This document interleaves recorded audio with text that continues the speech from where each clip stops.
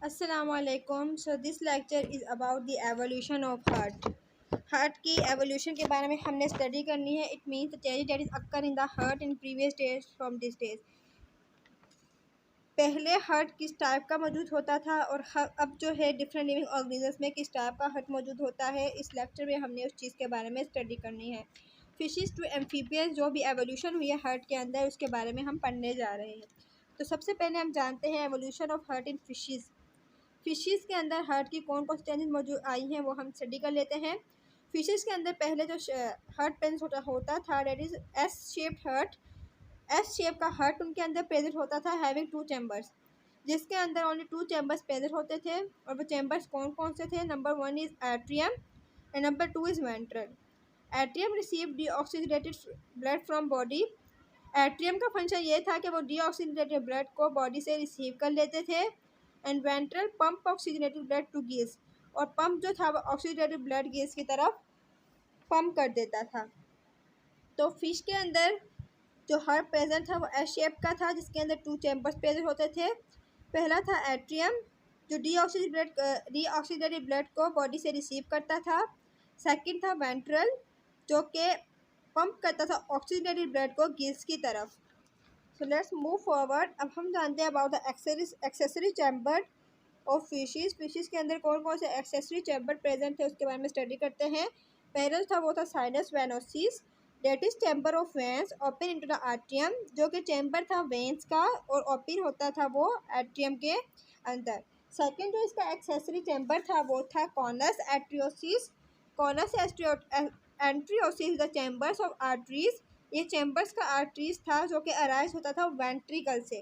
तो इसके 2 accessory chamber मौजूद होते थे. पहला साइनस वेनोसिस था जो कि chamber of vents open into the atrium, जो कि चैम्बर था वैन का और ओपन होता था एट्रियम के अंदर.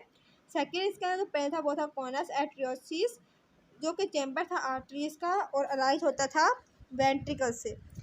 सो अब जो है हमने फिशेस के अंदर किस टाइप का हार्ट मौजूद था उसके बारे में हमने स्टडी कर ली है. अब फिशेस के बाद हम जानते हैं कि दूसरे जो ऑर्गेनिजम्स थे उसके अंदर किस टाइप का हार्ट मौजूद था, उसके अंदर कौन कौन सी एवोल्यूशन हुई है. तो अब हम जानते हैं एम्फीबियंस एंड रेप्टाइल्स के बारे में. The evolution of heart of amphibians and reptiles.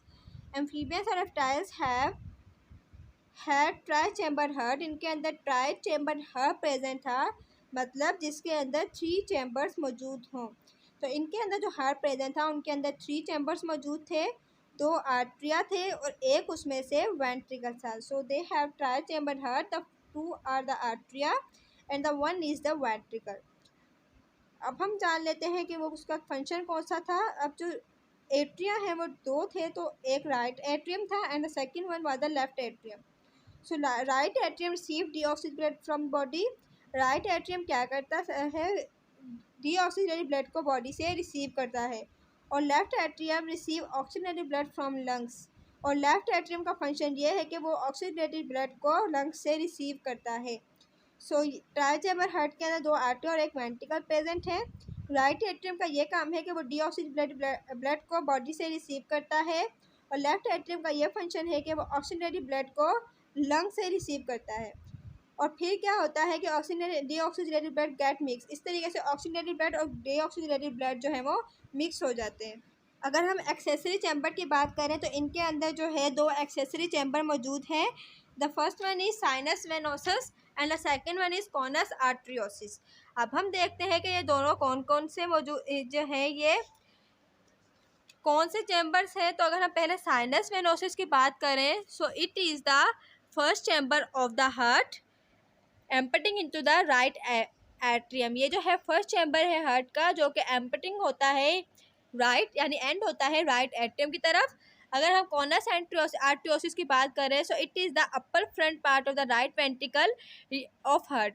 Heart का जो राइट वेंट्रिकल है उसका अपर फ्रंट पार्ट जो है वो कॉनस आर्ट्रियोसिस कहलाता है.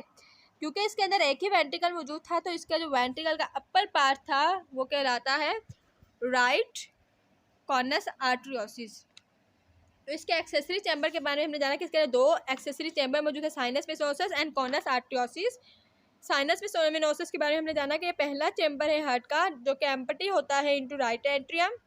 और कोरस आर्टरोसिस में हमने जाना कि अपर पार्ट है right ventricle of the heart.